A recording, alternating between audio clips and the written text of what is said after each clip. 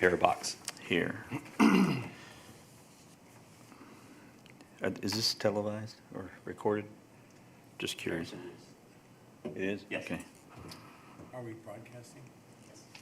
Okay. Good to know. All right, item number 1, under official business, is the review of the proposed changes to the approved fiscal year 2024 to 2026 biannual budget. Mr. Schrott, you want to start us off, and then we'll... Yes, sir.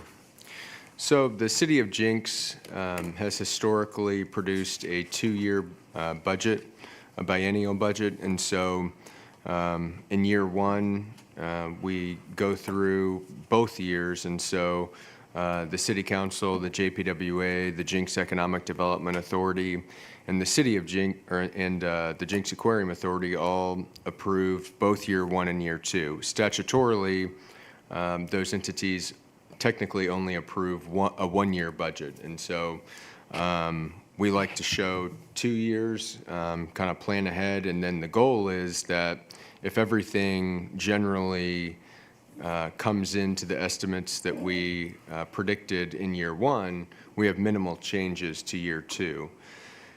Now, the complicating factor that we had last year was the mall was projected to open in August 15th of 2024, and we were looking at the first year of the budget last year in May, trying to predict what type of revenue the mall would be doing and what type of impact that would have on our overall budget.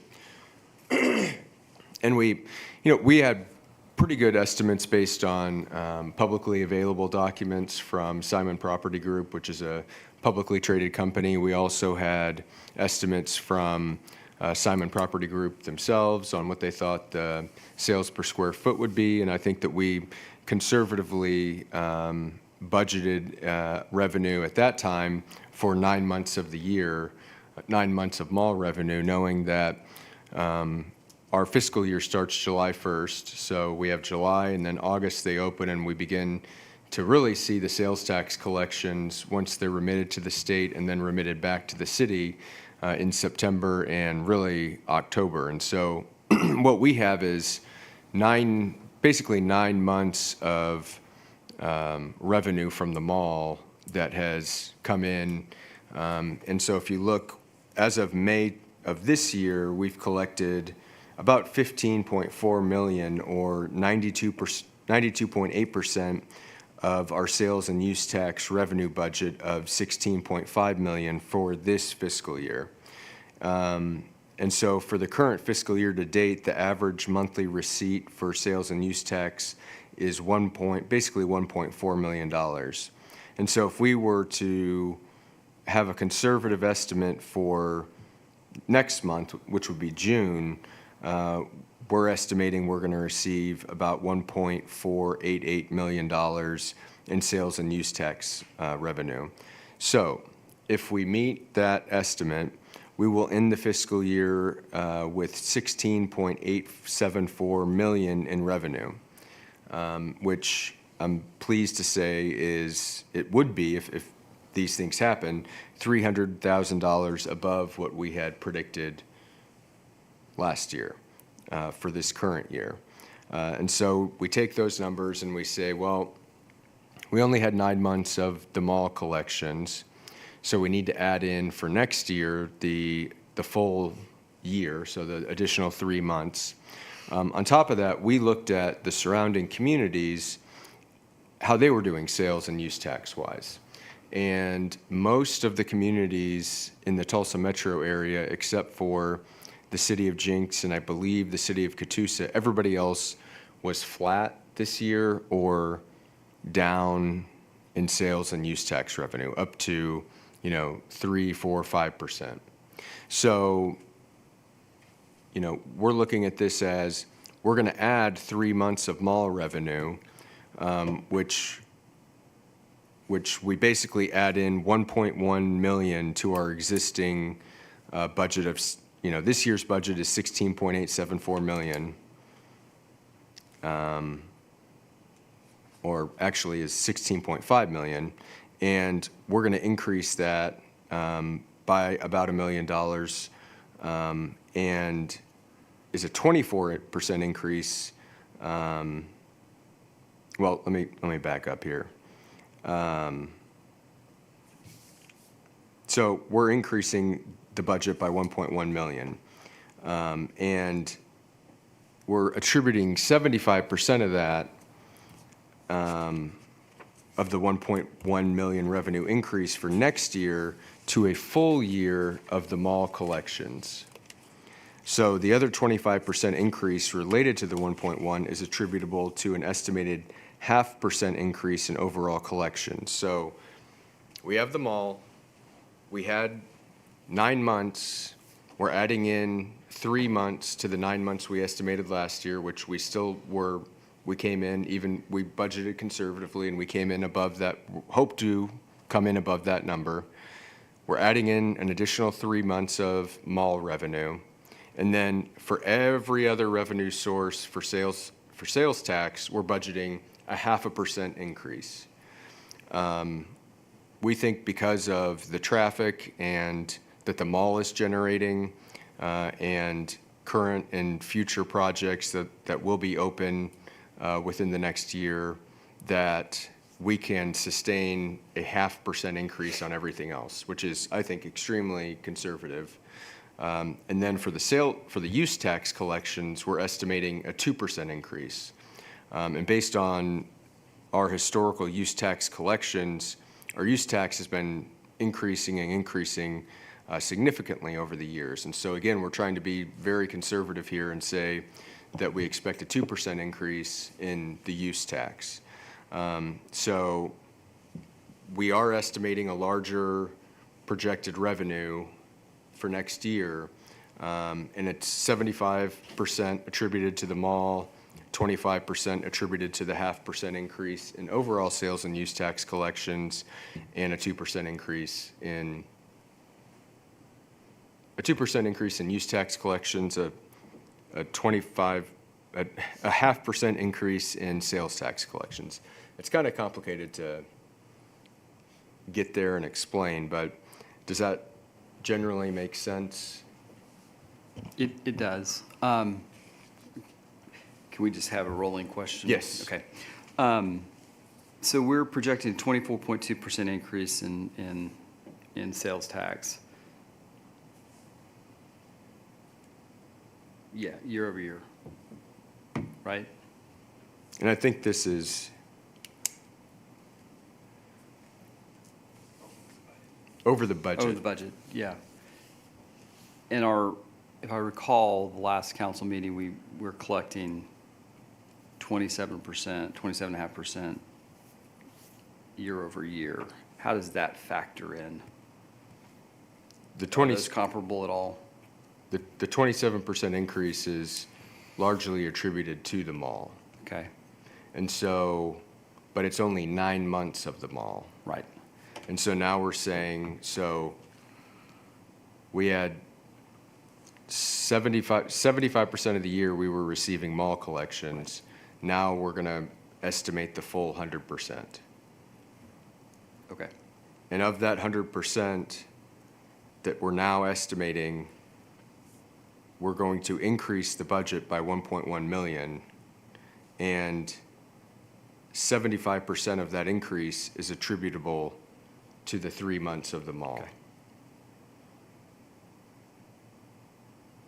okay.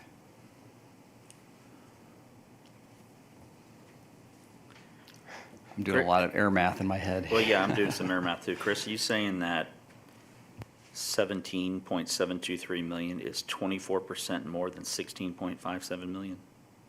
Show me that. There might be a There's- number that's off there. Yeah, is there a number that's off? Because just even doing the math in my head, 24% of 16.5 million is not. No, Yeah. David, I don't know, do you have a Can we, comment on that? let's just stick to the first paragraph and the first two lines. 24% increase. If our new budget is 17.723, which is 1.15 more than our last budget, that can't be a 24% increase, right? Am I calculating the wrong number? No, there's something Yeah, that's no. off here. I think that may be over the actuals for the year rather than revenue budget, but I would have to go back and look at that. Okay.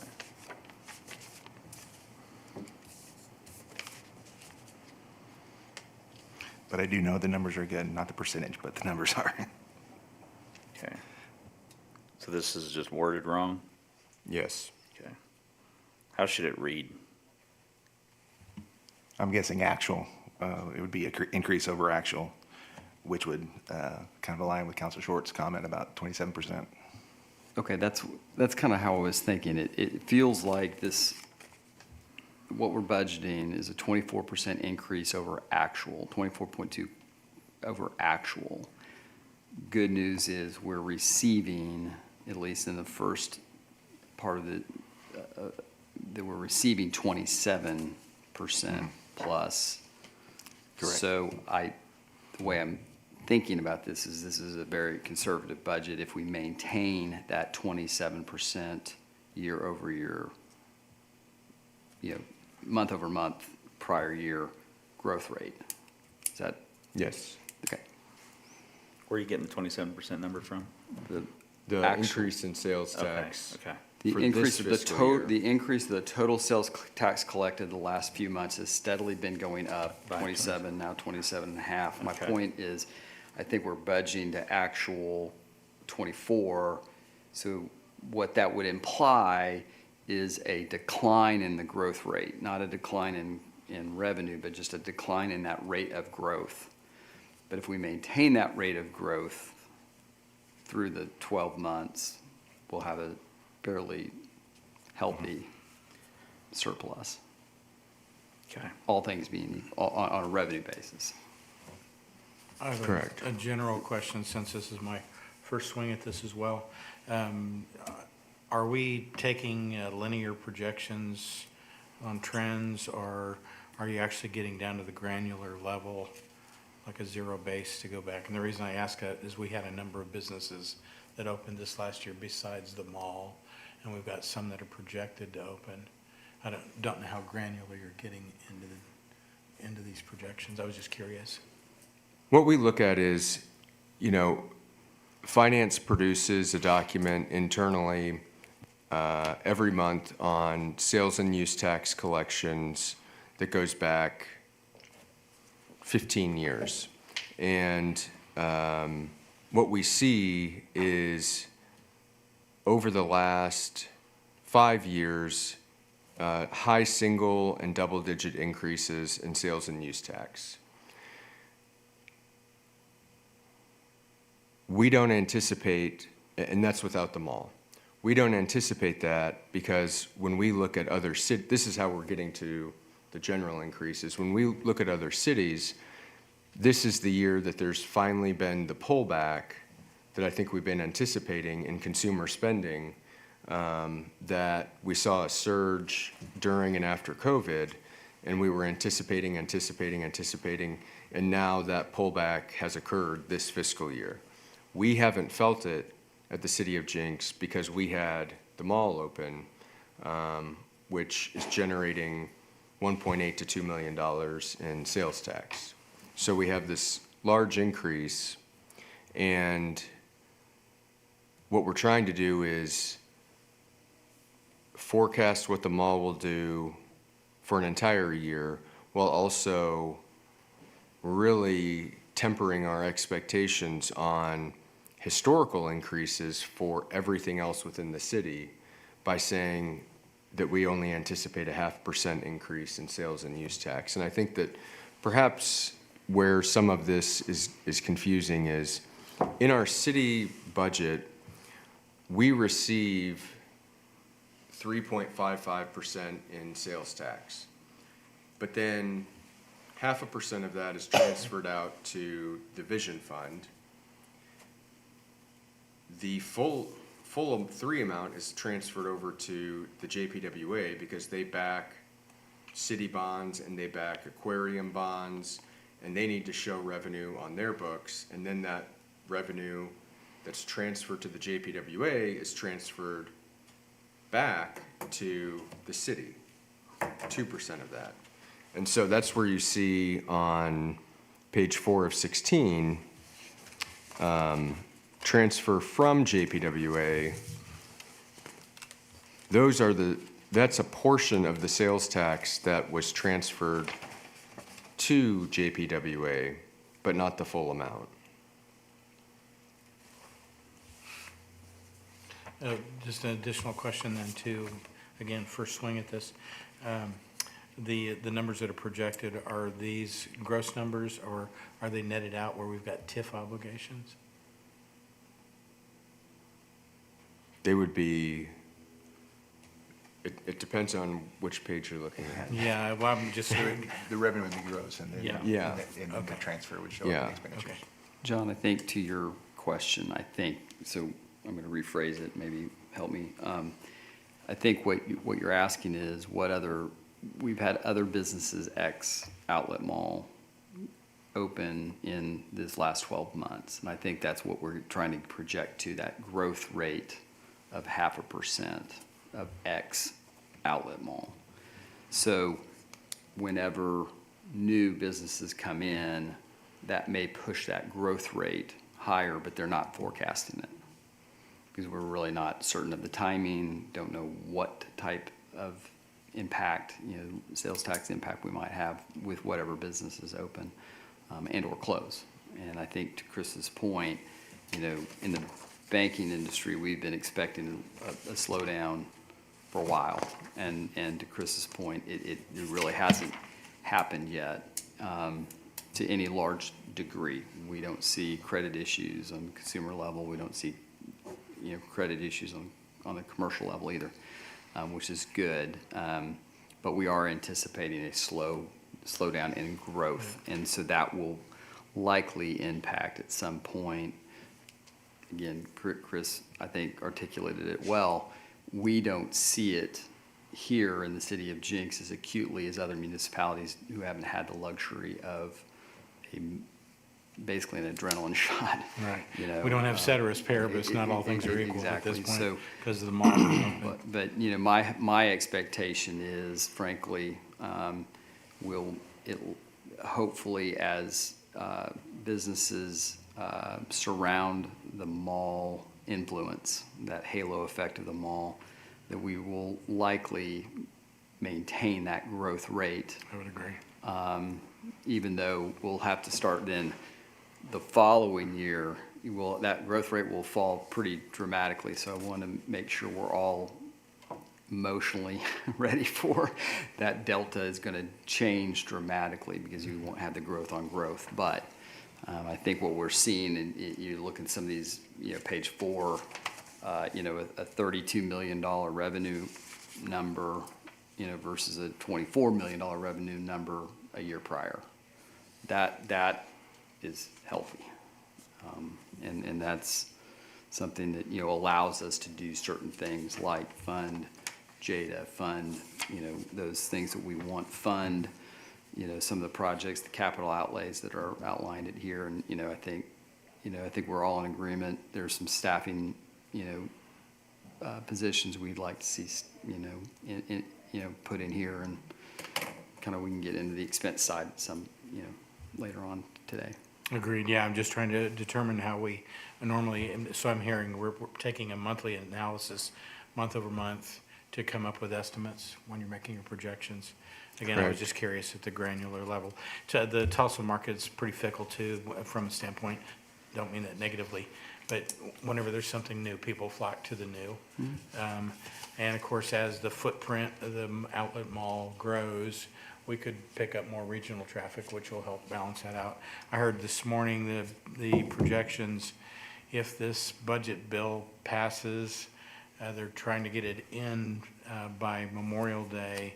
They're saying the wages could increase anywhere from $7,600 up to $12,000 per family.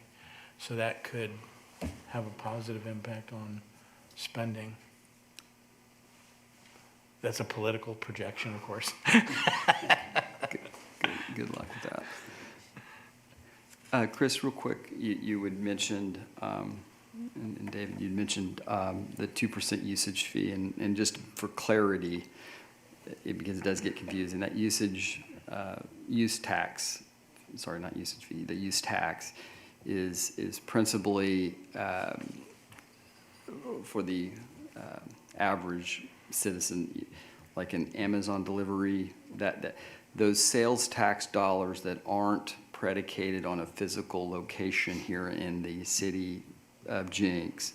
We do collect a sales tax on that merchandise acquired through, let's say, an Amazon as an example. And so you're suggesting that we're having a 2% growth rate of that. Correct. Historically, I mean, I know my usage has gone up more than 2%. But you know, how does that 2% growth rate align with, let's say, the last couple of years? COVID kind of changed a lot of that as well, but maybe give us some sense of how that aligns. It's extremely low. Okay. It's very low. And so not knowing where we are with consumer spending, with all the conversations with tariffs, which affect use tax as well, because when you're going to build something and you buy a lot of product, lumber, whatever it may be, and you purchase it somewhere not in Jenks and it's delivered to Jenks, that tax should be assigned to the city of Jenks. When you buy an appliance in Tulsa and it's delivered to your house, that tax should be applied to the city of Jenks. And so for those reasons, we think that having a conservative estimate on the use tax increase is appropriate. And I just want to interject one thing real quick. I think when we look at the budget, we kind of look at what we need to spend first, our expenditures. We look at our expenditures first and then say, okay, can our revenue meet that? And so we're not showing like we have to have a 10% growth in revenue to cover our expenditures. So we can use conservative growth rates for our revenue because we know we're meeting our expenditure needs. Good. Can I ask, again, just another question? Our fiscal year, just out of curiosity, is that statutory? Is there a reason we're on July? It is we're a statutory city. Okay. And so, City of Tulsa, City of Bixby, they have a city charter Okay. that the citizens voted on that governs all sorts of things. We are a statutory city, and so we are governed by state statutes as it relates to what we need to present for the budget, timing of the budget, our fiscal year, all of that. Okay. And the reason I ask that, as I'm looking at financials, I'm interpolating in my mind, okay, where are we at year-to-date collections, what year, and then trying to project ahead to know where we're at. So, Yes. Thank you. I do have some other line item questions, but we can let you keep going. Well, is it pertaining to? Yeah, actually, let me just hit some high points here. And again, these are my familiarization. And typically, I look at anything that's outside of 10% off of projected, or where I see funds that are budgeted, allocated, but I'm not seeing any activity. So those are things that stand out for me. I noticed on 401013, building permits appear to be down significantly. Is that slowdown 35%? We're at 35% of projected. You're on Page 4? Yeah, 4 of 16. That's likely due to the fewer new home construction. We've had a slow in new home constructions, and I think that we're going to continue to see, because, we're landlocked and we have less and less residential developments coming, home building has slowed down, and then, we get into the real estate market and less, if you were going to move, I think a lot of people moved between 2020 and 2022, 2023, bought new houses or moved from one house to another house based on interest rates. And I think the overall market, there's a lot less supply in the Tulsa real estate market, and there's less supply with existing homes. And I think that there's also significantly less supply of new homes, certainly in Jenks, because the demand isn't there. If someone has an interest rate that they received even prior to COVID. Because of the interest rate environment we're in, it makes building a new home, buying a new home, or just moving to a different home and changing your interest rate not attractive. All right, so it's economics, external economics. Let's see what else came up here. I noticed on the, franchise fees. What do we have going in franchise fees? There's 277,000 difference between projected and actual. I'm just curious what we've got going in there. So franchise fees related to PSO, Cox, any utility that they pay a fee to be within our right-of-way. They pay a portion of, what you pay on your bill. A portion of that goes to the city of Jenks. Okay, so essentially all public utilities there, or, yeah, I get where we're at on that. Okay, and then I noticed on the SAFER grant, we had, where's that at? 4219. No activity on that, but we still had budget that showed up for year one and year two. But nothing's posted to it, nothing actual. Is that because it's a reimbursement? Yes. There's a timing on it? Okay, all right, that explains that. Gross receipts, 4220. That seems like a miscellaneous generic. What typically goes into gross receipts? And honestly, that would be a question for David, and David is new, so if we don't have that answer, we can get back to you on that. Yeah, and again, I know we want to get this passed today, which I don't want to belabor it. And of course, we'll have to go to full council, so I reserve the right to come back and ask more Absolutely. detailed questions. Let's see, what else do I have on here? Let's see. And you see, I mean, it is a relatively minor Yeah, change there. yeah.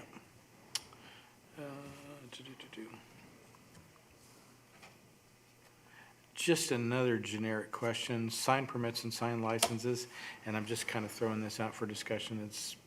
It's related to budget, but maybe not necessarily. It might be more of a code enforcement. Do we have code enforcement fees, or is that going to be under JPWA?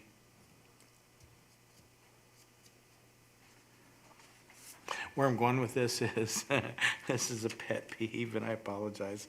We have signs that pop up, unlicensed signs that pop up on rights of way all over the city, and they've trashed the look of our city. And I have been known when they pop up in our neighborhood, especially when they get creative and start climbing the poles to staple them on utility poles, I'll pull them down. And I'm thinking maybe we should be looking at some type of a permit fee for those that want to post something out in the yard where they're not paying for a billboard somewhere, and make them get a permit to do it and leave it out for 30 days. And if we find them on the public right of way where they have to be picked up by the police or code enforcement or citizens, they get fined.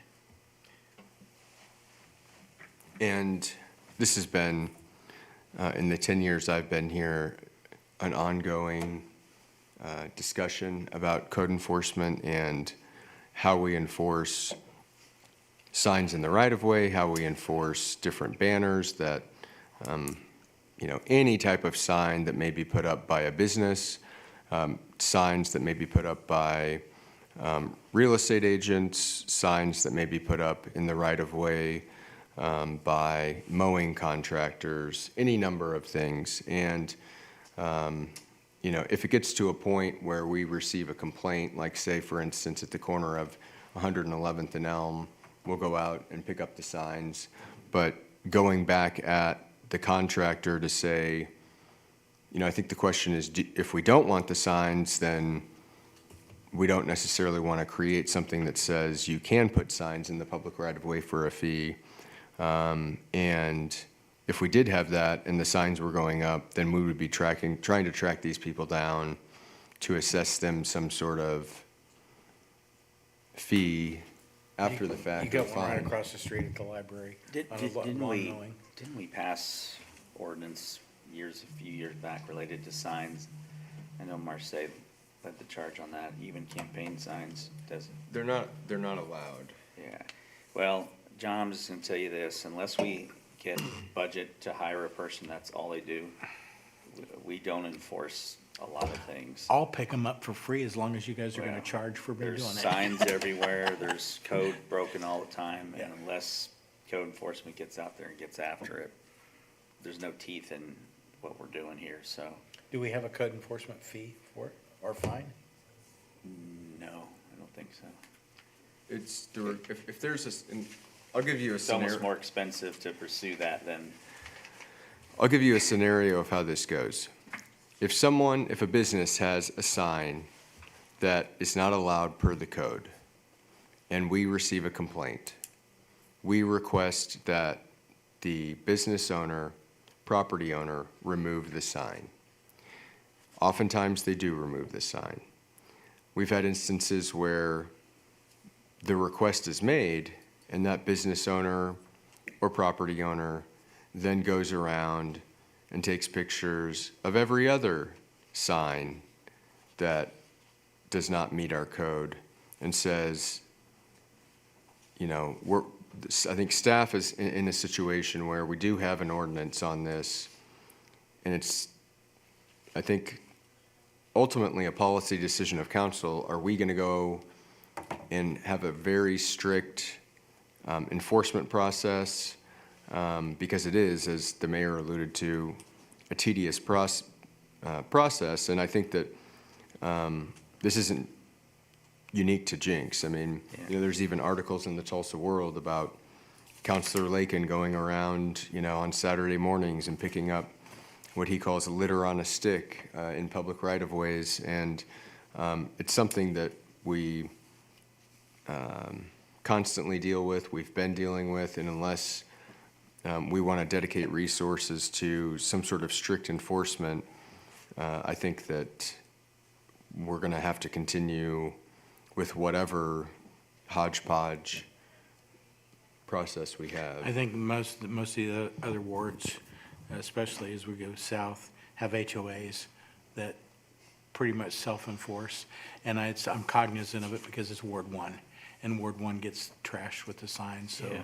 it's kind of a sticking point for me. It doesn't look good on our city. And since we're talking about budget, that's why I asked if we had a fine for it. Maybe I just need to go around and pick them up myself. well, I'd say we can shelve that part of the discussion. Yeah, But agreed. if the council wants to get serious about signs, and we need to move money into the budget for the next time we meet, probably, and we need to make sure that it can be enforced. And many of the signs I think that you're referencing are temporary signs. Yeah, temporary If we- that stay out permanently until they get mowed over. Yeah, I mean, We're like Sam the much more concrete guy. I Yeah, think we're much everyone more has strict Sam's with number permanent memorized. signs than we are with Yeah. temporary Yeah. signs. Yeah. You're talking about Sam the concrete guy and how he's somehow found every corner of South Tulsa County. Everybody has his number memorized. Yeah, agreed. Yeah. Okay, I appreciate that. Thank you. Okay, any other questions, Mr. Brown? One Or other still final on question revenue? I noticed on, just kind of a general question, as we look through expenses, on our planning, I know we're in the downtown master plan right now, and I still have a concern that we did not, I saw we had a savings of 97.8 on the budget, and concern that I've got is that I don't think coming out of this that we're still gonna have a traffic study, and everything we do with aesthetics and parking and anything that we want to do with a revision of what the downtown district looks like, if we haven't addressed ingress, egress, and traffic flow, we may be backtracking where we do all these changes and upgrades, and then we come back and say, hey, we need to put in a new street, we need to widen a street, we need to change the traffic flow completely, which could have an impact on improvements that we do. I had an email from a colleague that I look up to, respect highly, on his opinion, and he was asking about what we're planning on doing with the traffic flow within the city. And again, with limited egress, ingress with the city, I'm just concerned that we may have shot ourselves in the foot by not including that in our cost. We do, the engineering department conducted a traffic study a few years ago for the entire city. So we do have modeling based on current traffic, anticipated future traffic, and what that may mean related to our existing infrastructure and improvements that may need to be made. What it sounds to me like you're getting at is more specific to downtown and changes related to traffic flow downtown. And I think that what the traffic study that was conducted was more of a high-level citywide. And if we want to examine traffic modeling based on scenarios, which it sounds like, if we do this downtown related to parking, related to changing the flow of traffic, I think that would be when we would want some sort of modeling on that specific area related to changes, because what they took were the current conditions, future conditions, based on current conditions of the roads and traffic, not on changing, something from you have parking here, now you don't, or we're trying to direct more traffic to a certain street where we aren't right now. And I think at that point, we would need some sort of modeling on how that would impact the flow. And if we've got that modeling available, I would love to take a look at it, because I hear feedback, again, from those within Ward 1, the downtown district. There's a lot of ideas floating around about how we can resolve the traffic flow. And I'd love to see what we, potentially projected on this. And of course, this evening, we've got the GO plan, and I recognize that anything we do with INCOG and the GO plan, where we're looking at streets, pedestrian traffic, if we're going to be putting in new sidewalks, that's going to have an impact, again, on traffic flow. And during the construction process, where we just repaved Aquarium, we didn't follow our own standards with curbs and gutters and sidewalks and repaving Aquarium. And it's a nice street now, and it's improved from what it was before, but I'm thinking in my mind, we went to the cost of redoing this, and I know we put new storm sewers in, but we didn't do what we do in other areas, development of our street standards, so. And there's federal guidelines, I believe that was a federal grant that came through the state, that came through INCOG, and their requirements are a new street or a reconstructed street need to meet, all of their guidelines related to ADA and everything else. Right. Because this wasn't a complete reconstruction, we weren't required, and the feds did not require us to follow those guidelines. And if we were required, it would have been the cost would have been significantly more.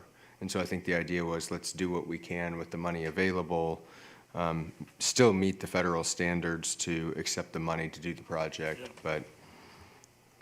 Yeah, it just related back to the question of what we've designated on that and planning the cost savings. I'm just looking at strategically making sure that we're not repeating some of our expenses at a later time.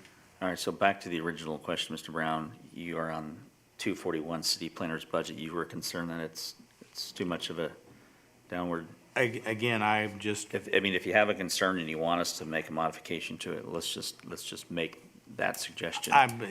We've made the decision on the master plan right now, and I don't know what it would take to revise that, to have that included. I know we've got the parking study in it, and the parking is helpful, but again, if people can't get to the parking readily. So Chris, if he's right and we wanted to get a new parking study, does that money come out of Fund 241 City Planner, or does it come out of some other fund? Well, so the decrease. The decrease is related to pretty much what you said here. There's no. The master plan. Yeah. Is attributed to this current fiscal year. She won't have that expense in the next fiscal Yes. year, which is why the budget came down. Yeah. So you're trying to offset that decrease, John, with a parking study? Is that what you're saying? Well, we've got the parking study was going to be included in the master. Okay. But the traffic was not. Okay. That was the concern that I had. Okay. Do you If have we- enough if we- information to make it? And I guess where I come back to that is, some of the models that we've seen, we're displaying it right now for the public, where we're looking at possibly cutting back on some of the parking spaces on Main, on one side, both sides, putting in planters, widening the sidewalks. And those things, if we wind up 5 years from now saying, wow, we've got to completely do away with all of that and change the traffic flow, or I'm being cautious as to what I say, knowing that we're broadcasting here, but And it's like the island that was just put in the middle of Maine. When we redid Maine, people ask, why is that island out in the middle? And I Well- realize that that's a buffering thing to slow traffic down. yeah, so again, yeah, we've had concerns over the years about the speed of traffic between the railroad tracks and, let's say, Fifth Street. Past Fifth Street, traffic speeds increase significantly because now it's a one-way road. Right. So, we know that humans, when there's a one-way road, are going to drive faster than if it's just one in each direction. And so once that happens at Fifth, the traffic speeds up. Between Fifth and the railroad tracks, local business owners and citizens have said they've thought traffic is at times too fast, and we've put speed cameras out there, and it perhaps is more of a perception issue because we haven't found that there's a significant amount of, there's really a nominal amount of actual speeding on Main Street in that area. But I think our thought with the median was people coming towards that section, having a median there will slow. Medians are known to be traffic calming devices, and Yeah, so. no, I understand completely. But, and I wanted to make another point is, this is a budget, it's a plan. Right. And it's a very detailed, specific plan, but we do supplemental appropriations throughout the year.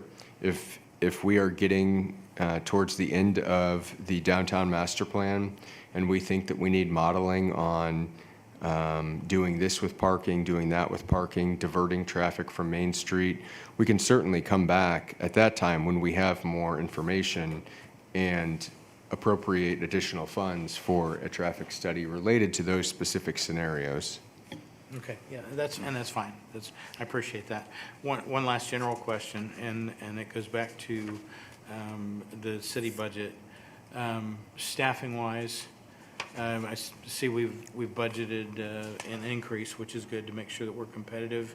And watching our turnover, we went through some turnover in certain areas. Have we worked with our HR department to find out, are we adequately, with the growth that we're experiencing, being the fastest growing city in Oklahoma, are we adequately considering additional staffing where we might need it? Is HR involved in that? Are they doing any kind of a staffing study? And I hate to keep going back to this, but I feel like our revenue is in a state of flux with the mall. We're in a weird position where our revenue is way up, everybody else is flat or down, and I don't think we're out of this fluid situation until next fiscal year. Okay. And I look at adding staffing as, that's an ongoing increasing cost in perpetuity. When positions are added, that cost is going to be there every year. That expense is going to be there every year, regardless of what the revenue is, and the expense is going to increase every year.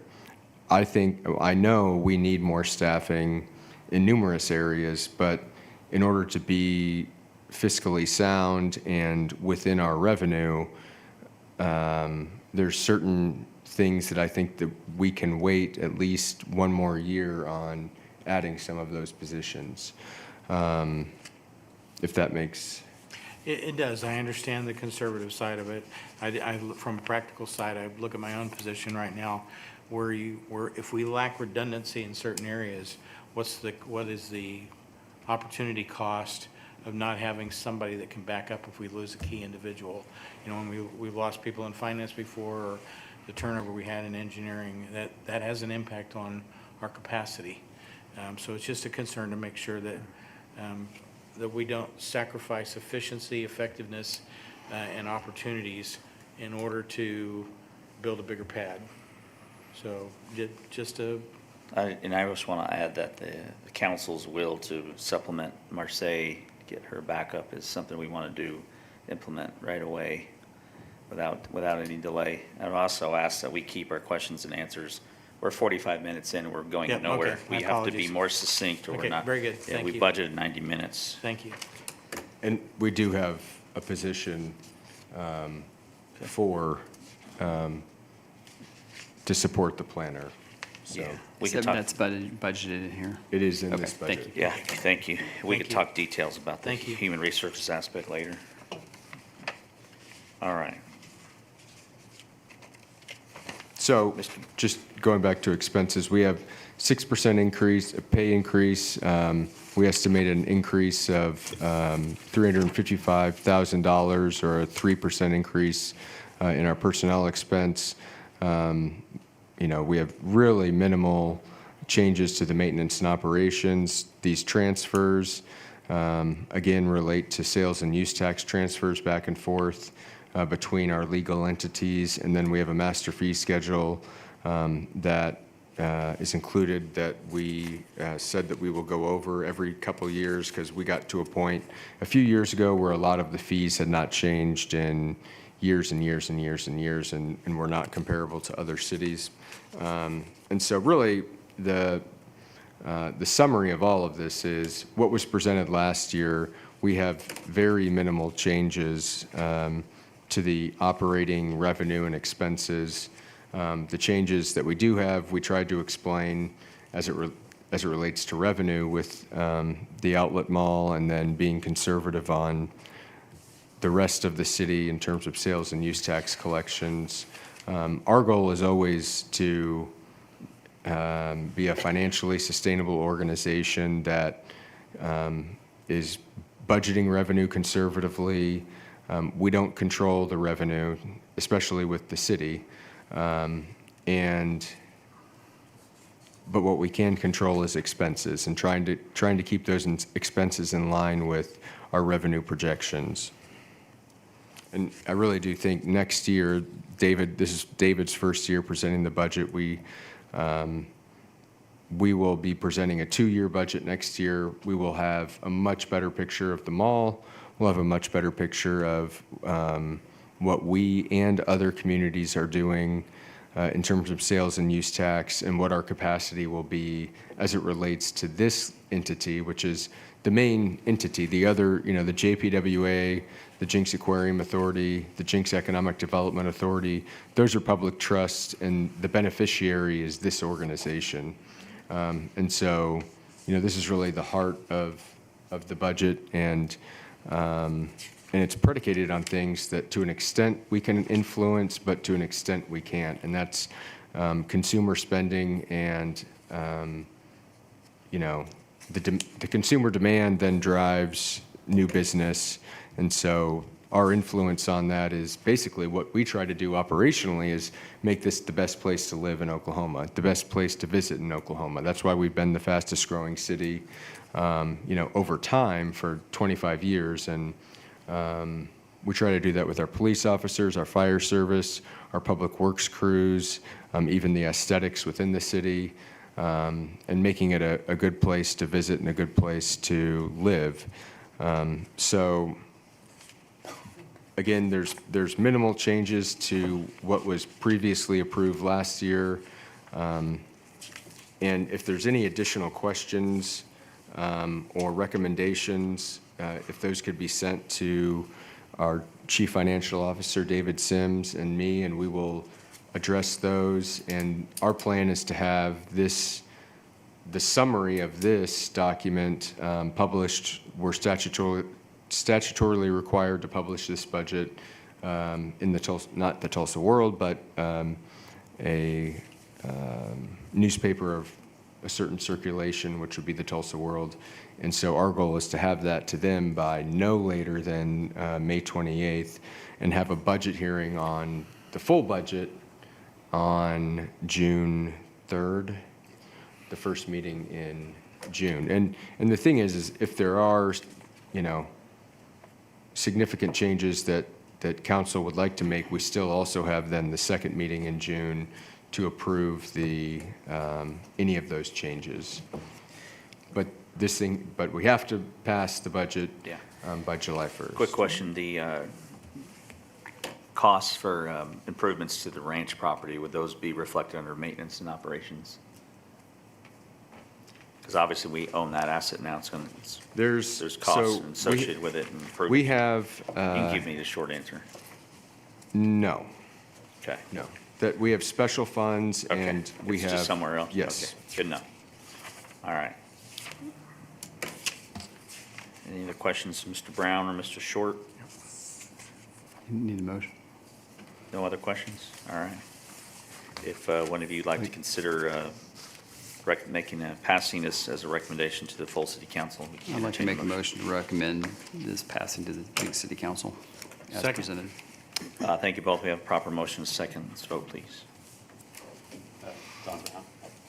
Yes? John Brown, yes. Yes. Kevin Short? Yes. Mayor Box? Yes. Okay. Thank you all very much. It's 11:50. We'll adjourn the Budget Committee meeting for Jenks City Council. Move on to Go to the Public Works. Jenks Public Works Authority. Call the roll, please. John Brown? Present? Kevin Short? Here. Mayor Box? Here. Item number 1 is the review of the proposed changes to the approved 2024-2026 biennial budget. Mr. Shroud.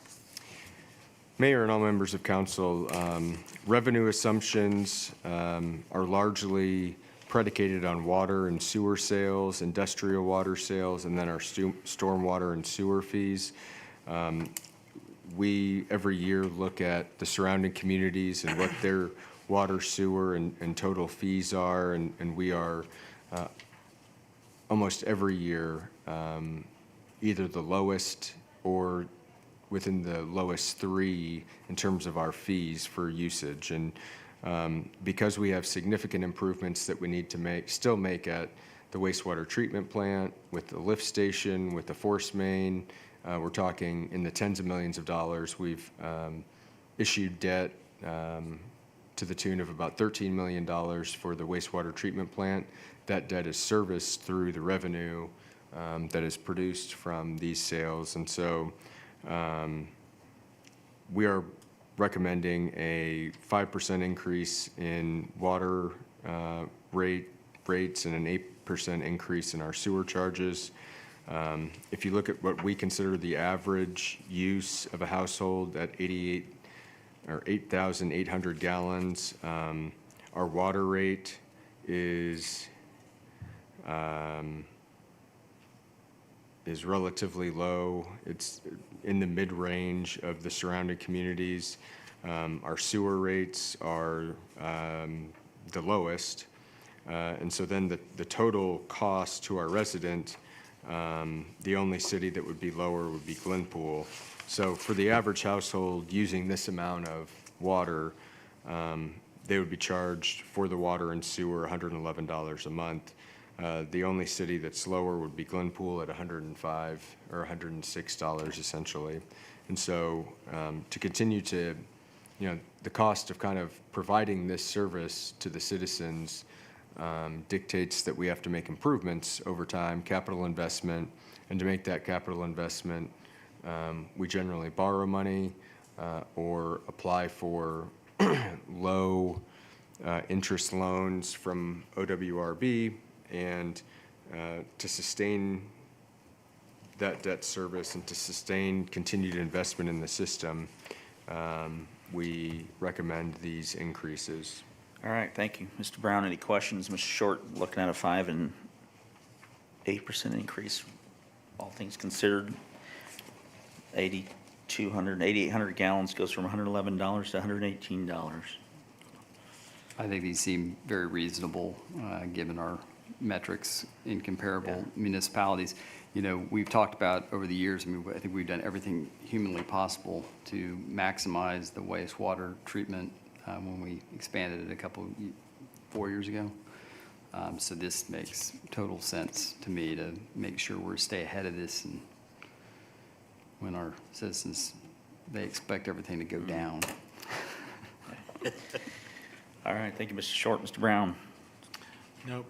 Actually, I only, on the footnotes, just one question that came up that I was curious about.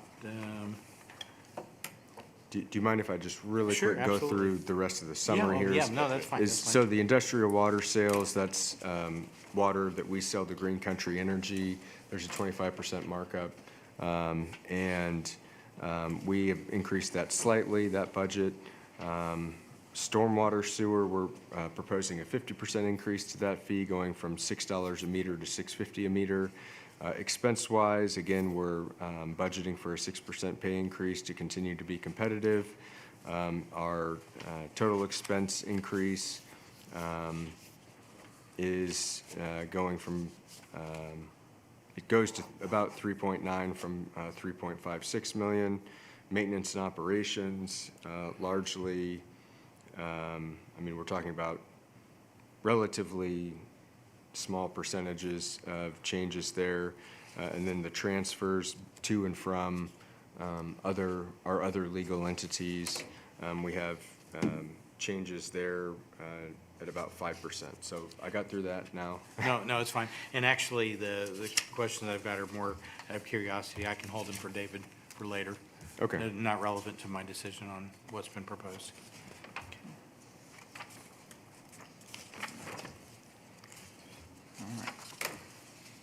Moving on to page 5 of 10, any questions from council on revenues? Or if not, we can move to page 6, any questions on expenses? I do have a quick question on line 242 on page 6, the economic development, that $181,000 delta, that's chamber, increased chamber benefit? Well, I think what we've found is it's related to economic development assistance in whatever form that may be. We've had, we've been working with Nate. We worked for a brief time with Kathy O'Connor's firm. She was the head of economic development in Oklahoma City. She retired. And I think what we found based on our conversations over the last couple of years and based on the strategic plan, whether it's a person, a contractor, additional contractors or vendors, whether it be Nate or other attorneys, I think that we need to have that flexibility to have money available to pay for those services. And just as an example, you look at the expense budget there in 242 and look at the return as it relates to, say, the Leverage Act. The Leverage Act is going to match the sales tax that the city of Jenks puts into the TIF. We had a meeting with the Commerce Department. We're meeting with the Tax Commission.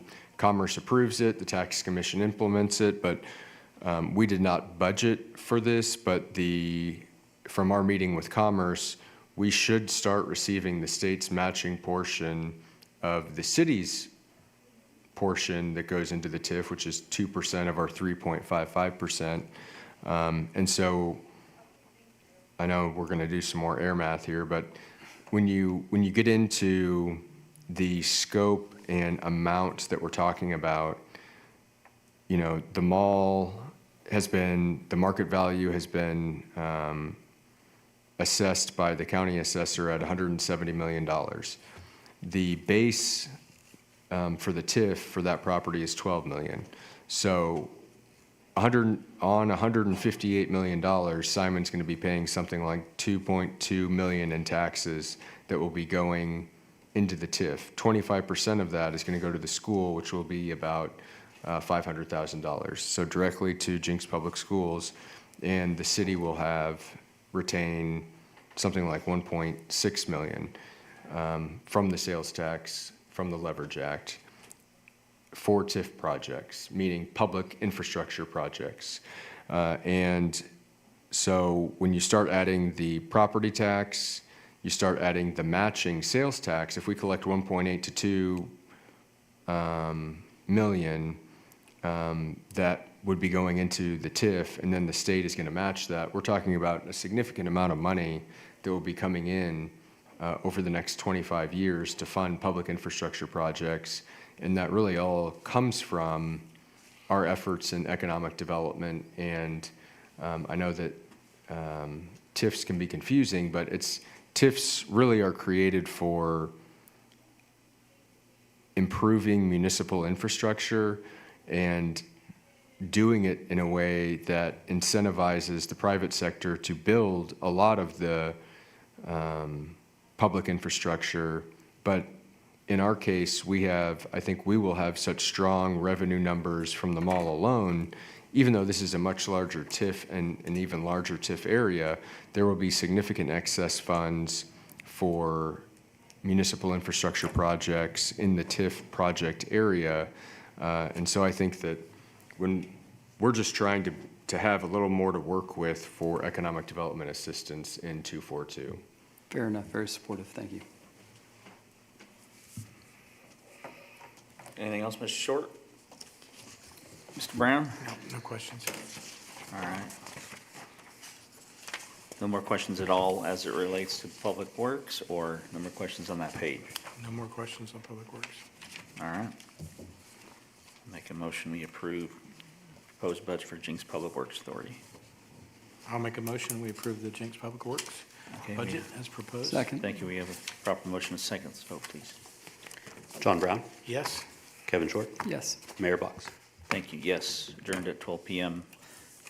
Moving on to the Should we do JEDA real quick? Jenks Economic Development Authority. Roll call, please. John Brown, sorry. Still here.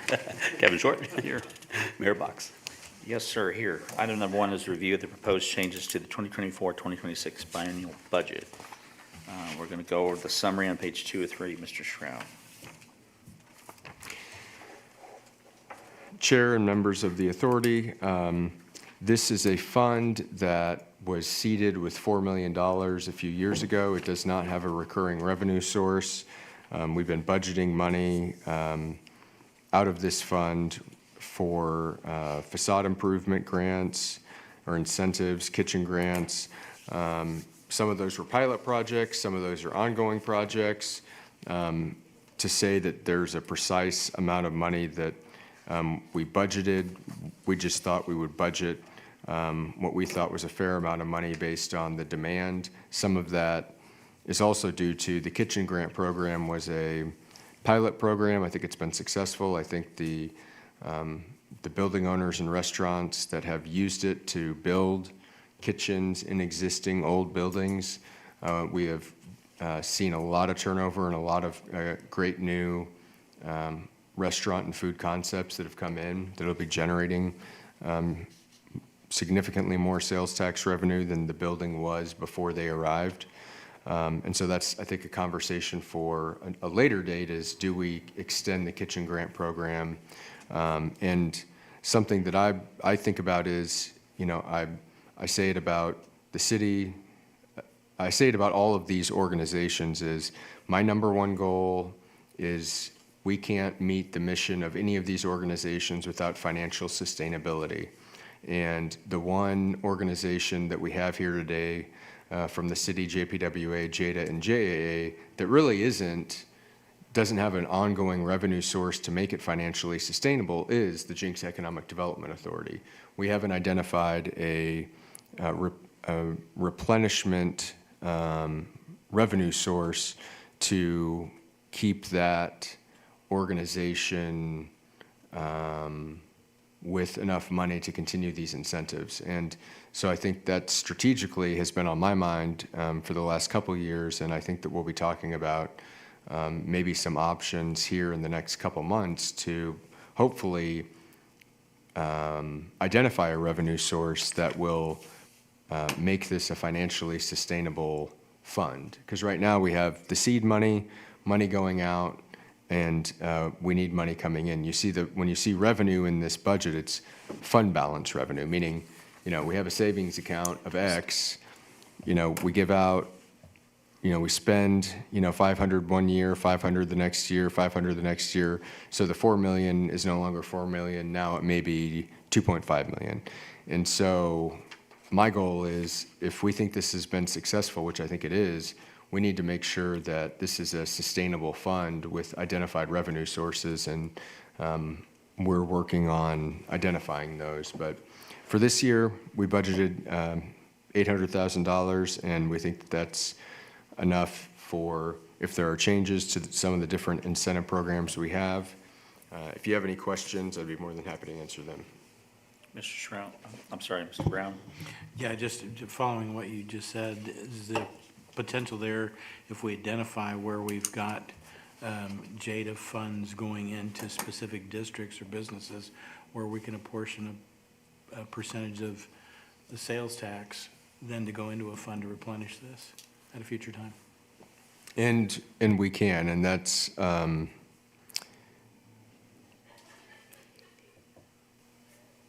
we've talked about that, and I don't know that those sources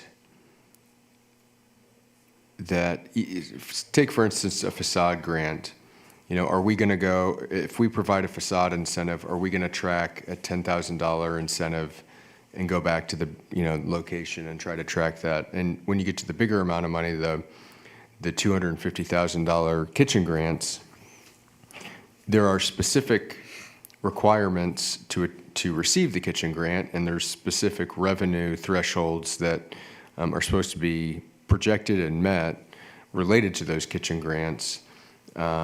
And I don't know if that alone, in my opinion, that alone won't sustain the outgoing incentives. And so I think that we need to identify another revenue source to make this a sustainable fund. But I agree that that is one option, is looking at where the money is being incentivized and taking the revenue from that that incentive, or the business that received the incentive, and replenishing the fund. Otherwise, you're just you're relying on the city to reappropriate dollars that we've earned at the city level back to JEDA. And what you're saying is, if it had its own internal revenue stream, that would replenish cash and would become less reliant on individual appropriations from the city to JEDA itself. Yes. But in the event that we had opportunities, because I mean, the broad-based mission of JEDA is to provide economic development capital. And if we have really what we would all agree, it would be potential big changing opportunities, we could appropriate outside of this budget to meet those opportunities if they came up outside of this budget. Correct. Thank you. Is it possible just to reseed? You used the word seed. We seeded JEDA. JEDA didn't exist a couple years ago, so we seeded it with $4 million. How important is it that it actually generate its own revenue to keep the fund sustainable versus when it gets low, we just reappropriate funds and keep it alive? I mean, the biggest expense here is the kitchen grant, which was, in its very nature, was supposed to be temporary. It was supposed to kind of light a fire that stayed lit just because organically. I mean, you take out, even if the council wants to extend the kitchen grant for another year, it's not likely that there's too many that are going to take advantage of it. And even the businesses that are going to open don't need a $250,000 kitchen.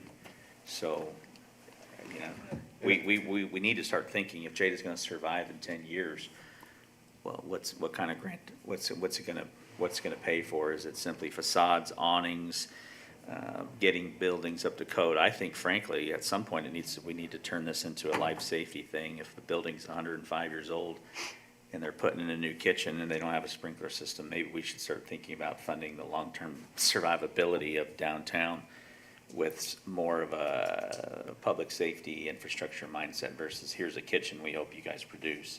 But conversation for another day. I think that you and I had a few weeks ago at lunch. Yeah. I think it's broad, it's such a broad defined, you know, we consciously created a broad defined mission statement, and I don't know if it's necessarily, I would argue that it's not necessarily allocated just to downtown. I mean, at some point, you're right, we're going to have all the buildings fixed and. Oh, no, it was never just for downtown, was it? No, it wasn't. No, But yeah. that's the context that Sure. everyone uses it in today. To me, at some point, to Chris's point, if we have a revenue generating cash flow, Yeah. that'll provide us cash to then make Yeah. further incentives outside of, you Yeah. know, what the contextually we've always kind of mentally thought of downtown with regard to facade grants and things like that. I mean, there are going to be opportunities, in my mind, in my opinion, that are going to be outside of this, of that, you know, core downtown area, that's where JEDA can be Yeah. very helpful. But to your point, I think that was my point to Chris, is if there was an opportunity that presented itself that we needed an extra X dollars, we can always, outside of this budget, appropriate additional funding. Agreed.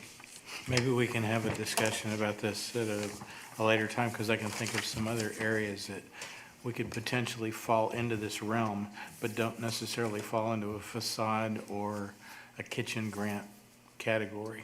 Yeah, we can do, We can have. an economic development have a- committee. That's exactly what I was going Another to say. discussion. That's why we have the Economic Development Yep. Committee in Yep. place now, and we can have those conversations outside of that. Yep. All right. Last call, JEDA. Make a motion to present to City Council as presented. Second, Okay, proper motion is second. Let's vote, please. John Brown, yes? Kevin Short, Yes. Mayor Box. Yes, sir. 12:15 will adjourn. Moving on to the Jenks Aquarium Authority meeting. Roll call, please. We need to wait, Well- actually wait for Mr. Trustee. think- Yeah, If we could take take a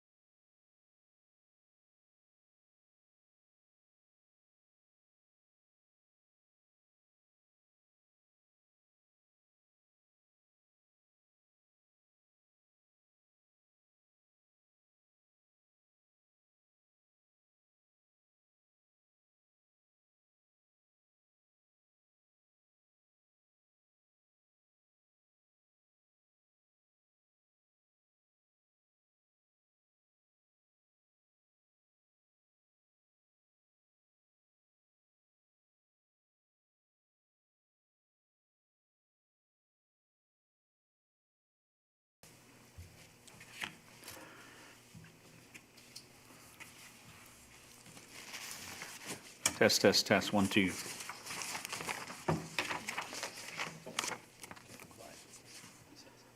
All right, we're going to call to order the last Budget Committee meeting of the day. This is the Jenks Aquarium Authority special meeting. It's still Monday, May 19th, 2025.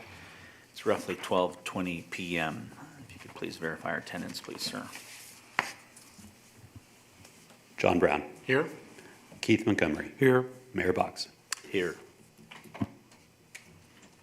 All right, we're going to start off with item number 1 is the review of the proposed changes to the approved fiscal year 2024 to 2026 biennial budget. We are on page 2 of 6. Mr. Schrout, take us through it. Chair and members of the authority, the aquarium is continuing to do well revenue-wise. We've had strong sales. We have seen decreases in what I consider our ancillary revenue sources that by and of themselves are a relatively small portion of the budget, but together make up, I think, what the increases we've seen over the years. That would be the carousel, the VR machines, the fish food, things of that nature. But our ticket sales, memberships, and e-tickets continue to be strong. You remember we've increased prices over the last numerous fiscal years to match other similar facilities and also keep up with inflation as inflation affects our expenses. Our personnel expense, again, we are recommending a 6% pay increase for the next fiscal year. It was, we did 6 last year, 6 this year. We want to continue to hopefully have competitive paid employees. We don't know at what point Oklahoma City will jump into the aquarium business. I know that there's a working group that the city of Oklahoma City has put together to look at the feasibility of a potential aquarium there. And I think right now, you know, we're certainly the only show in town, and really the main employment source in the region for aquarium and biologists and all of that. But, you know, looking to the future strategically, we will more than likely at some point, whether it's in 2 years, 5 years, 10 years, we're going to have competition. And I think that being competitive in our pay is really important in our sustainability as an organization. We have some modest increase in maintenance and operations, repairs and materials and contractual services account for the majority of that increase. And then there's some minimal variances with the existing budget. The total maintenance and operation increase is about $127,000. And then we can get into the specific revenue numbers on page 3 and expense numbers on page 4. I know that Trustee Montgomery requested a little bit more detail, which I think is appropriate, related to the specific department expenditures. We were not able to provide before this meeting the specific pages of each department related to personnel expense and maintenance expense, as well as the personnel, but we'd be happy to answer any questions about those if we can. If we can't, because we don't have Kenny's out of town, we will address those either via email and then address them at the budget hearing. But Okay, we'll open the floor. Mr. Montgomery. you wanna Okay, start? Questions, comments? let me start with revenue. Some questions there. I'm going to refer to the subtotal line on revenue because that's most of the actual sources. You know, the other stuff always tends to be a little bit of shuffling back and forth. But we're forecasting basically a reduction in revenue in the plan from our last year's budget forecast. We had last year's budget forecast of 8.3. Our last year actual was 9.1.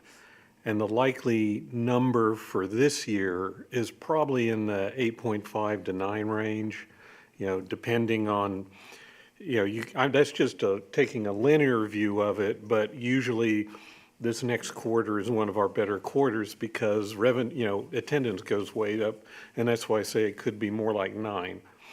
But this has 8.2 in the forecast for next year. And then 8.4 in the following year. It just seems like this is a bit of a departure from our reality. 8.2 would be this year, I believe.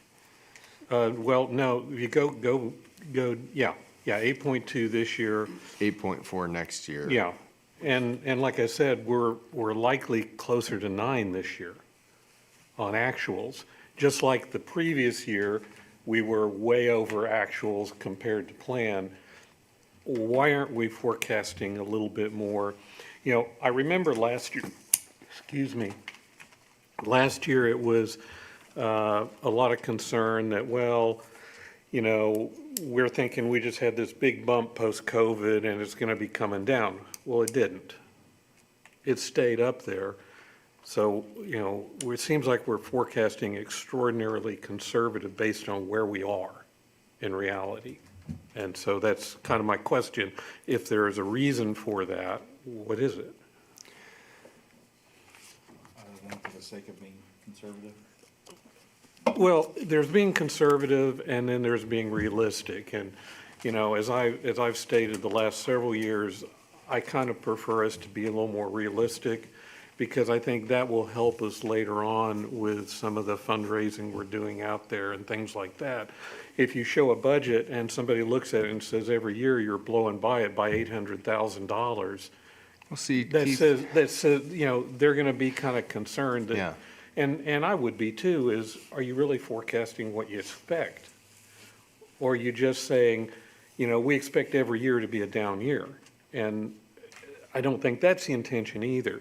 So I'm just trying to understand why we aren't reflecting what's really happened the last couple of years, or the last 3 years, really. Would you think it would be more appropriate, it should be at like 8.9, or would you put a 9 in front of it? I think I'd be happy anywhere north of 8.7, just because I think that's closer to reality, but give you a little room there. But it just seems like we're going back to being really conservative, and if there's a reason, fine. yeah. I just don't know what it is. Well, so the way I look at it is we have operating revenue, operating expenses. And when we look at, page 3 and our operating revenue budgeted at 8.4 million. Then we have on page 4, operating expenditures of 7.5. So that's the operating revenue, operating expenditures. So the operating expenditures on this sheet does not include the 1.2 million for debt service. The capital items, I could be corrected by David, but. Well, so- they're in that section below. Yeah, correct. And so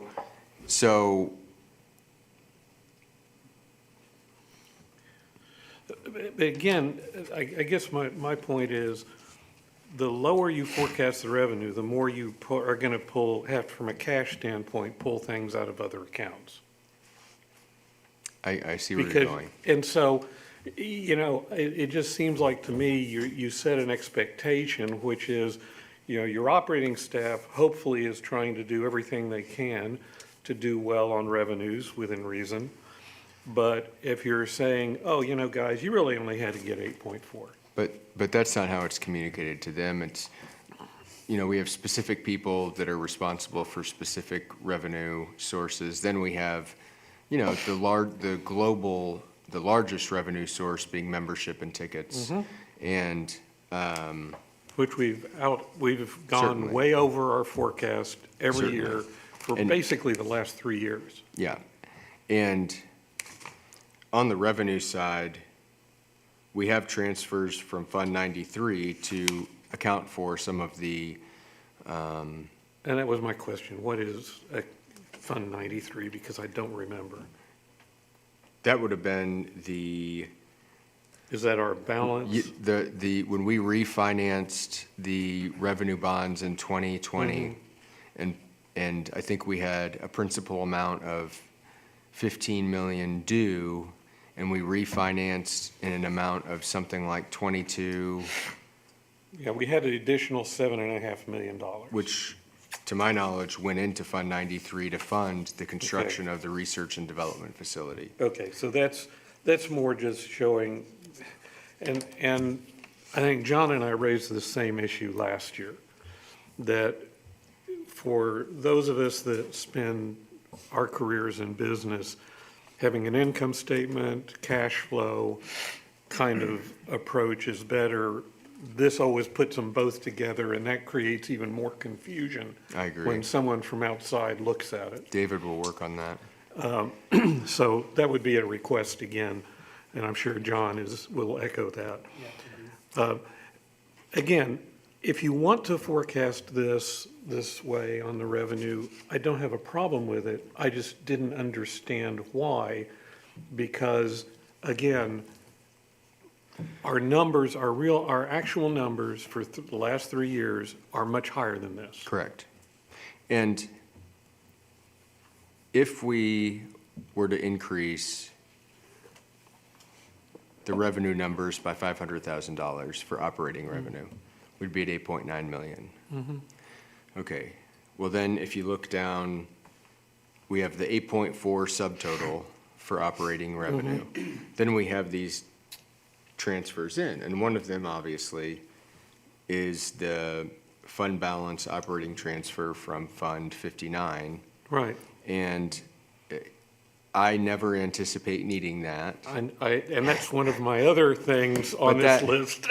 But that goes into, it, we wouldn't be able to justify including this if we were budgeting a $9 million operating income, and then would be coming back at a later date if we actually needed it to make a decision, which did happen during COVID, to make a decision, where is the shortfall going to be made up from?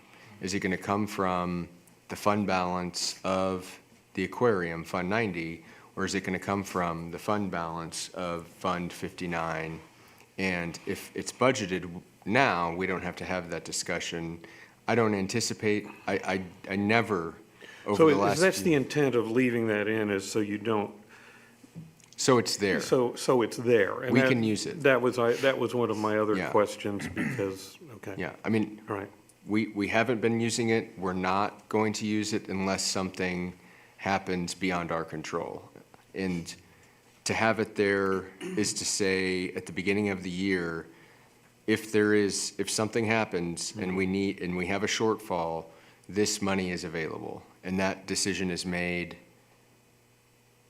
June 3rd. It's not having to be made at the end of the fiscal year discussing, does it come from aquarium fund balance? Does it come from some other fund that belongs to the aquarium? No, we have Well, the money. but if you wanted to balance the numbers, then just reduce the Fund 93 that you're taking out. Because it's listed as $1 million for that year. Now, the reality is, we have approved pulling that money out we approved pulling money out this year, for the additional. Build out, right. For the additional things. But my guess is, if we have more money in the bank, we probably just pull less money out, which is just kind of the reality of how you might do it. So, I would say you could reduce the $1 million to whatever you needed to balance up there. Or if you want to stay conservative on these numbers, on the revenue, it's just from a planning perspective, it looks bad when you've blown over that number 3, maybe even 4 years in a row every year, and we keep forecasting similar numbers. It just doesn't feel right from a planning perspective in my experience. But, either way.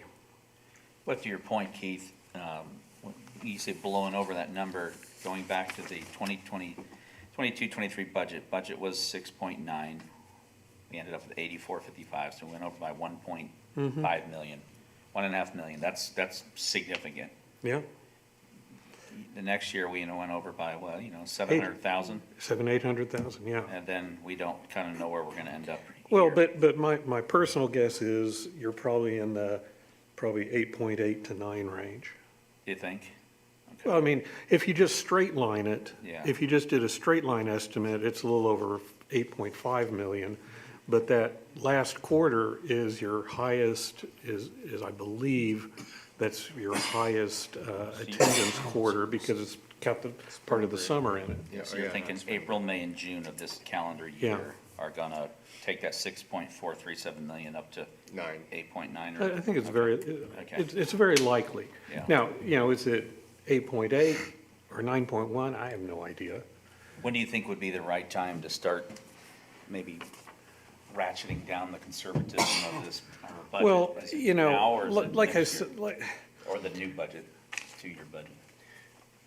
Because go ahead, Chris. just 2 years ago, we were at 8.4. And we did do well the following year, and we're going to do well this year. But just to go back 2 years, 3 years essentially, and say, we're gonna budget that revenue amount, I don't necessarily think that's out of Well, line. I- When we see a pullback in consumer spending in the Tulsa metro region, now, I do see some of these things declining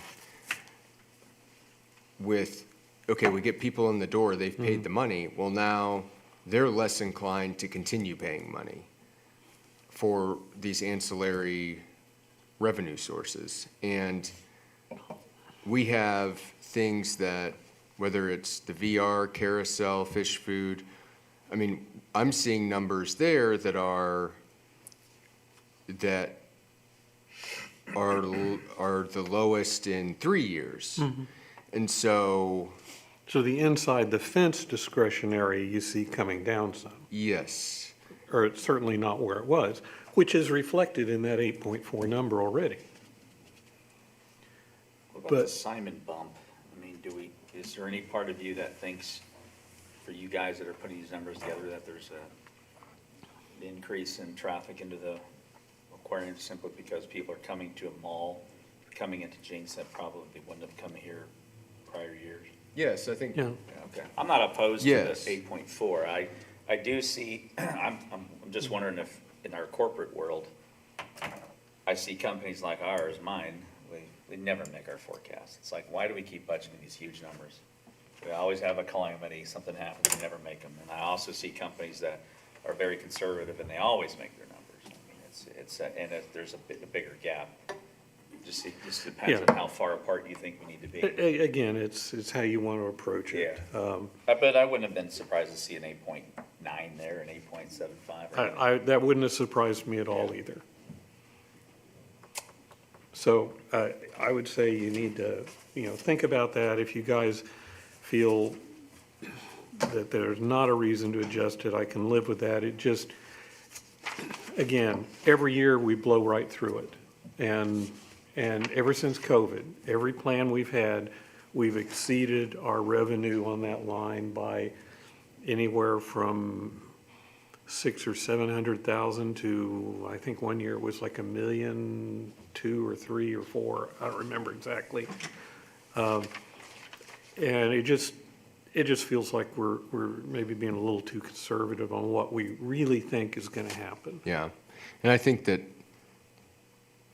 from my perspective, if an organization is aggressively budgeting revenue numbers, that means they are trying to justify aggressive expenditures or investments.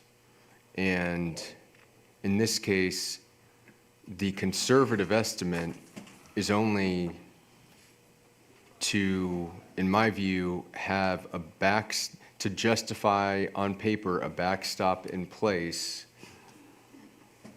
if that number isn't hit.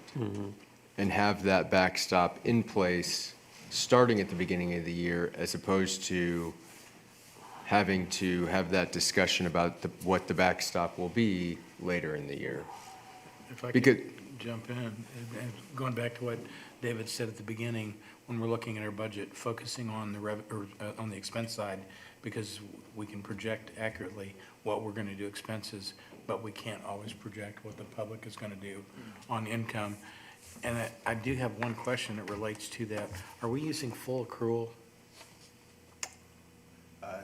It's a combination of it. The reason I ask is, of course, when we're looking at revenue and expenses, what you're saying, if an organization is focusing on the revenue side to beef up the numbers in order to justify the expenses, the one thing I didn't see on here is deferred maintenance. And I would think the biggest risk that we have when we're setting up reserves, undivided earnings, off of the income is deferred maintenance cost, because of the nature of the operation itself. It's a high-maintenance type of program. And I think, to an extent, what we've been doing inside the aquarium, exhibit-wise, is trying to replace exhibits on an ongoing basis annually. And we've seen that with the jellyfish touch tank, the invertebrates exhibit, the octopus exhibit, the, trying to go through and thoughtfully take exhibits that are tired, and maybe it's not even a maintenance issue, this isn't the reason people are necessarily visiting this aquarium. Let's have some new exciting thing that creates more interest in people visiting.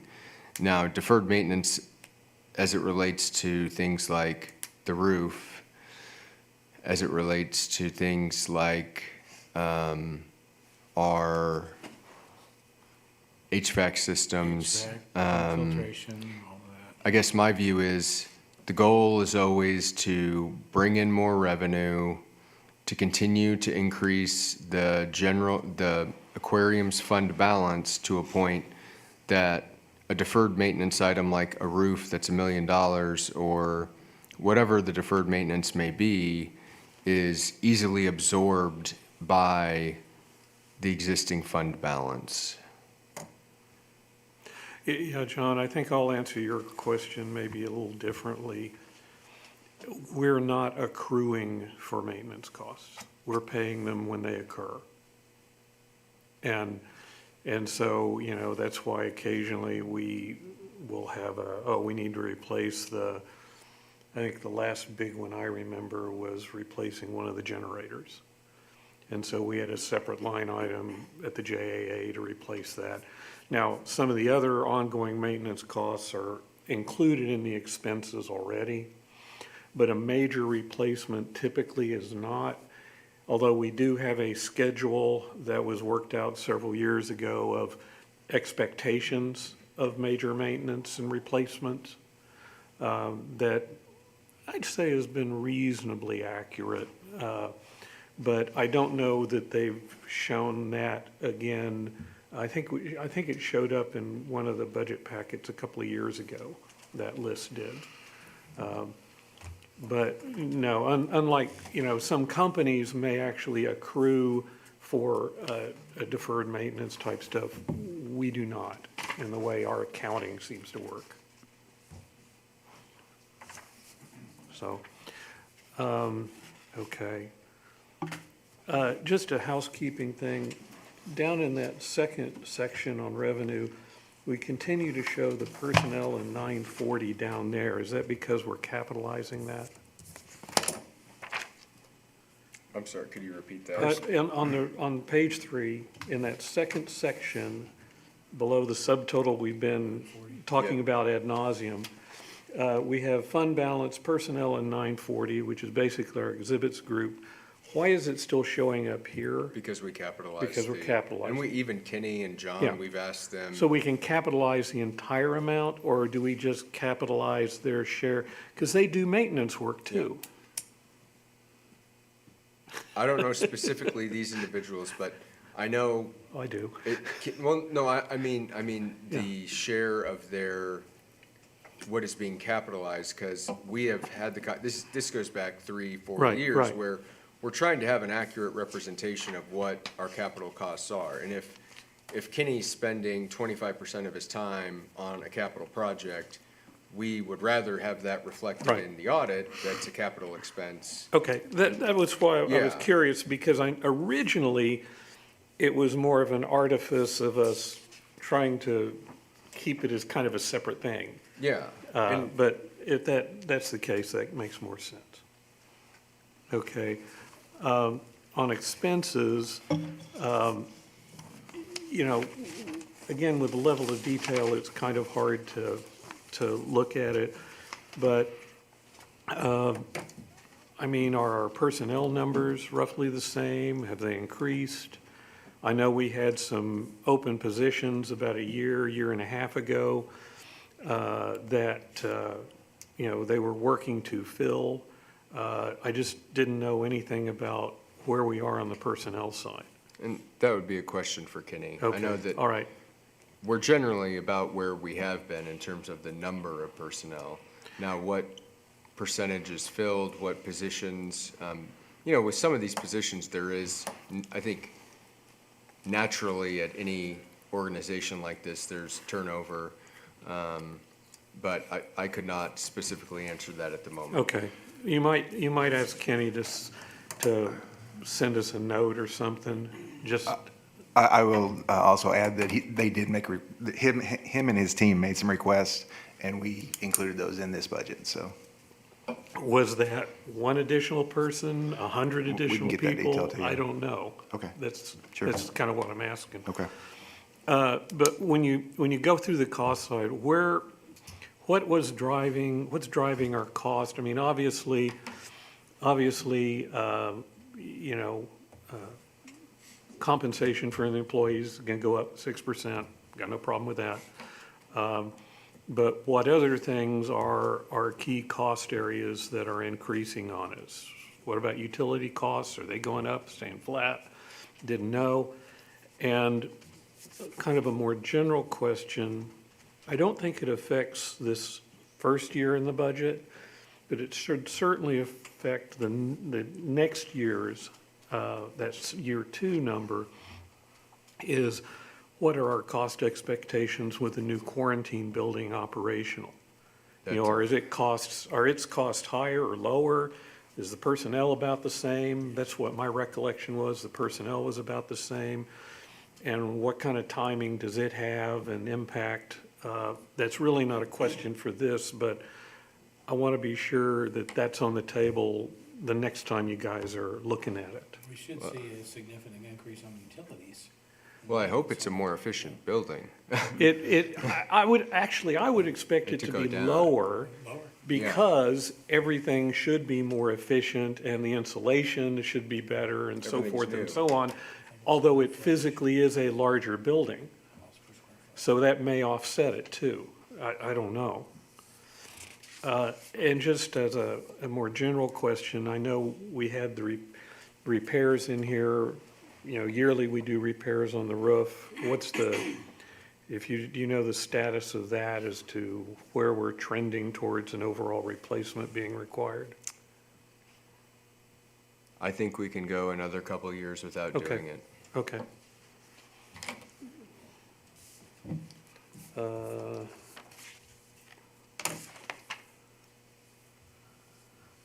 Okay, and then on that expense page, no, it doesn't matter, never mind. That was housekeeping, I'm not gonna worry about it. But we're gonna have Kenny get back to us on the personnel, Yeah, on the key cost areas.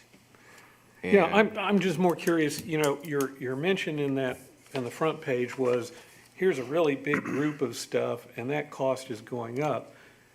I'm kind of going, well, is it one of those that the cost went way up? Or is it all of, I'm just trying to get a sense of what should we be concerned and watching? That's an escalating cost for us. Okay. And then the new facility, what is staff's expectation on what they think? I mean, the old facility had so many problems that I can't imagine. The new facility is a significant investment. I sure hope it doesn't cost more, on a Well, and it's operational probably basis. going to be, in their timing, somewhere between a quarter to a half a year of that second year. Yeah. When we do the budget again next year. Yeah. I mean, it's not something I think that shows up here, although it'd be wonderful if it did. I just don't think things will work that quickly. So those are the last questions I had. Thank you, Mr. Montgomery. Mr. Brown, anything else? No other questions? Okay. All right. Get a motion if we could.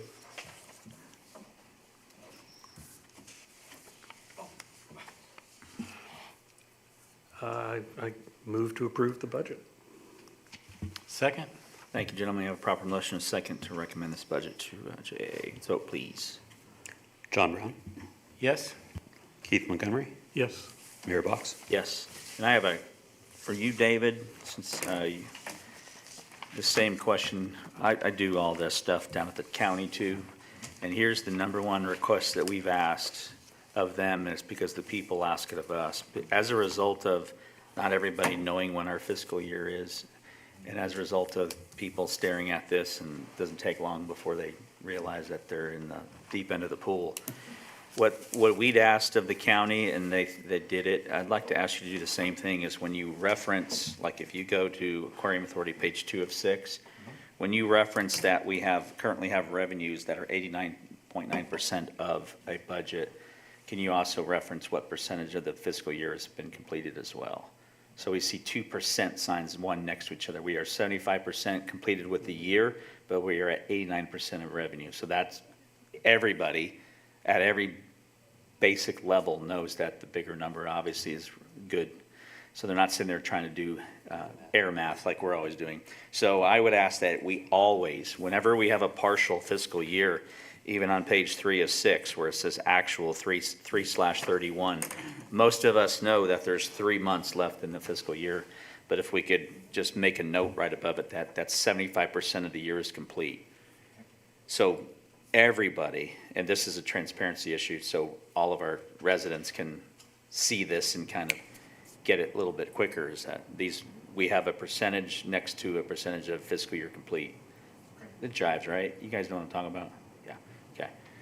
So that way, when we're looking at last year's budget, we divide it by 12, and then we can kind of extrapolate. We have 3 months left if everything's not being on average, except for Keith says this is usually our better quarter. It is. But still, for the residents that's sitting out there, I bet you most of them don't know that our fiscal year is in Yeah, July. if we were looking at this from a company perspective, there would have also been a line for basically a current estimate for the year end. Yeah. Now, I'll also agree, David, that looking at page 3 of 6, that it's not going to be easy to squeeze another column in there. But I really do think you could take column 3 and pull that over to the left. I think you could squeeze another column in there as far as Excel real estate would be concerned. But that's the question I get from the people that are paying attention. The 5 or 6 that are, is what percentage of the year is completed, and is 89% of budget good? Because they tend to think 89%, and they go, okay, well, you didn't make 100%. Well, no, we're only 75% complete, and nobody Yeah, knows. well, or you could say it differently, that you are, I don't know what that number would be, but it'd probably be you're like at 115% of budget. Something in Yeah. that, even make it, Yeah. All right. I think your suggestion's simpler. That'd be my only request going forward, just to make it a little bit easier. Last call, gentlemen? I would like to thank Trout? David Yes, thank you, sir. and his finance team. This is David's first budget, and it's not easy to put all of this together. So thank you, David, and your team. Did you put request in the budget more calculators? All right, good enough. As long as you're covered, we're good. Thank you, guys. Appreciate it. Good work.